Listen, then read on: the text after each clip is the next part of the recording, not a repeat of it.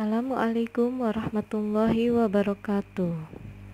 Bagaimana kabar kalian anak-anak ibu yang soleh dan soleha? Semoga kalian selalu dalam lindungan Allah Subhanahu wa ta'ala. Amin. Pertemuan kita pada kali ini yaitu kita akan belajar tentang bab 6 mengenai memahami sikap toleransi dan simpati terhadap sesama sebagai wujud dari pemahaman Quran Surat Al-Kafirun. Di bab 1 sudah pernah kita bahas tentang Surat Al-Kafirun. Iya, hikmah dari kita belajar memahami tentang Quran Surat Al-Kafirun yaitu bahwa di dalamnya kita diajarkan untuk memiliki sikap toleransi dan simpati terhadap sesama manusia. Sebelum kita bahas tentang apa itu toleransi dan simpati, alangkah baiknya jika kita bersama-sama membaca doa terlebih dahulu. Bismillahirrahmanirrahim. Rabbi zidni ilman warzuqni fahman. Ya Allah, tambahilah ilmuku dan pertinggikanlah kecerdasanku. Amin. Pertama, kita akan membahas tentang apa itu toleransi dan bagaimana toleransi dalam kehidupan sehari-hari. Iya, sebagai manusia, kita harus memiliki sikap toleransi dalam kehidupan agar kehidupan yang kita jalani menjadi aman, tentram, dan damai. Apa sih toleransi? Iya, toleransi adalah sikap yang tidak menyimpang dari aturan di mana seseorang bisa menghargai atau menghormati setiap tindakan yang dilakukan oleh orang lain. Toleransi dalam kehidupan sehari-hari dibagi menjadi dua, yaitu yang pertama toleransi sesama agama dan yang kedua toleransi antar agama. Toleransi sesama agama adalah toleransi yang diperbolehkan baik dalam segi ibadah dan muamalah. Sedangkan yang kedua adalah toleransi antar agama, yaitu toleransi yang hanya diperbolehkan dalam bentuk muamalah atau sosial kemasyarakatan saja. Toleransi di sini bukan berarti membiarkan saudara kita atau orang lain melakukan kejahatan. Apabila ada saudara kita yang seiman melakukan kejahatan, kita wajib untuk mengingatkannya dan memberikannya nasihat. Toleransi tidak diperbolehkan jika melanggar aturan agama. Toleransi bukanlah mengorbankan keyakinan kita karena suatu kebenaran, akan tetapi toleransi adalah menghargai perbedaan yang dilandasi suatu alasan. Antar pemeluk agama dilarang memaksakan kehendak kepada orang lain untuk memeluk agama mereka. Ya, kita tidak boleh memaksakan kehendak kita kepada orang lain, baik itu untuk mengikuti ajaran agama kita ataupun yang lainnya, karena memang itu sudah ada di dalam aturan yang Allah berikan kepada kita. Sebagaimana firman Allah Subhanahu wa ta'ala dalam Al-Quran Surat Al-Baqarah ayat 256 yang mengajarkan kepada kita untuk tidak memaksakan orang lain untuk menganut agama kita. Ibu akan bacakan ayatnya. A'udzubillahi minasyaitonirrajim. Bismillahirrahmanirrahim. La ikraha fid din qad tabayyana rusydu minal ghayy faman yakfur bit-taghuti wa yu'min billahi faqad istamsaka bil 'urwatil wuthqa la infisama laha wallahu sami'un 'alim. Yang artinya tidak ada paksaan dalam menganut agama Islam. Sesungguhnya telah jelas perbedaan antara jalan yang benar dengan jalan yang sesat.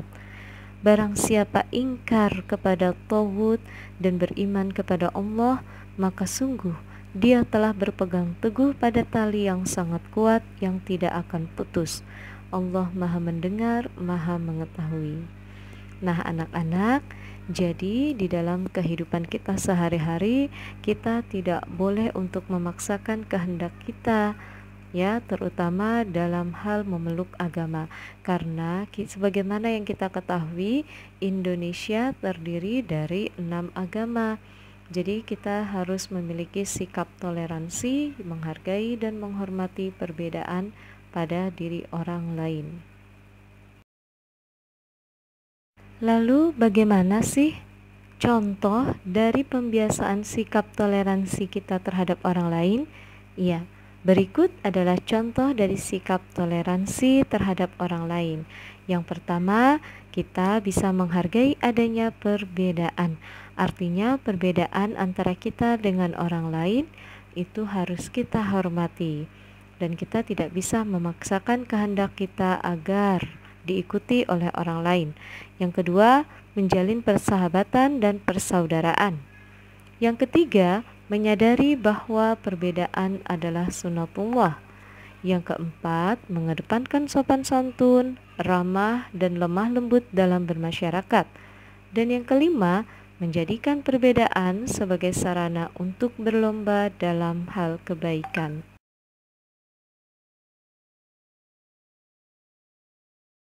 Nah, jika kita sudah menerapkan sikap toleransi dalam kehidupan sehari-hari, apa sih manfaatnya? Apa sih perwujudan dari sikap toleransi? Ya, perwujudan dari sikap toleransi ini antara lain hidup akan menjadi harmonis, rukun dan tentram, dan dapat memperkuat ikatan persaudaraan, terwujudnya kasih sayang antar umat beragama, terwujudnya berbagai kemudahan hidup, dan terhindar dari permusuhan antar sesama. Wah, pasti damai sekali ya kalau kita semua bisa menerapkan sikap toleransi dalam kehidupan sehari-hari. Yuk anak-anak, kita mulai dari diri kita sendiri, bahwasanya kita harus bisa saling menghargai, saling menghormati antar umat beragama, baik itu antar agama atau sesama agama. Kita tidak bisa memaksakan orang lain untuk mengikuti agama kita.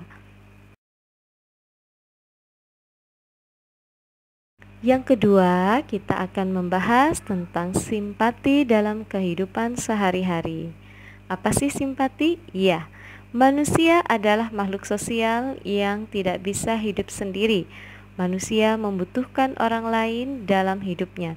Maka dari itu, manusia harus saling tolong-menolong dalam kehidupan sesuai dengan aturan Allah Subhanahu wa Ta'ala. Tolong-menolong mencerminkan dari sikap simpati antar manusia. Nah, simpati adalah keikutsertaan kita untuk merasakan perasaan senang, susah terhadap orang lain. Manusia diperintahkan untuk bersikap simpati dalam berbuat kebaikan, bukan dalam berbuat kejahatan.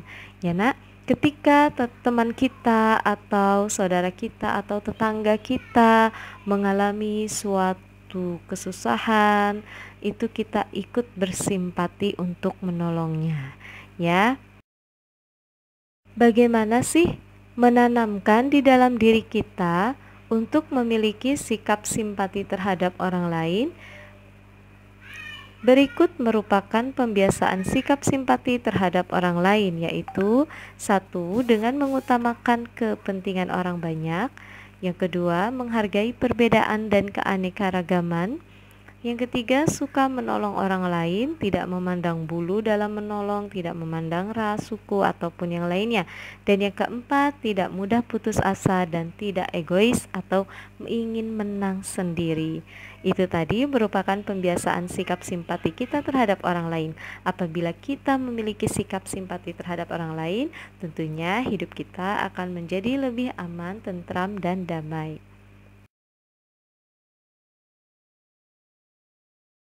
Sikap simpati dapat dilakukan di lingkungan keluarga, sekolah, dan masyarakat.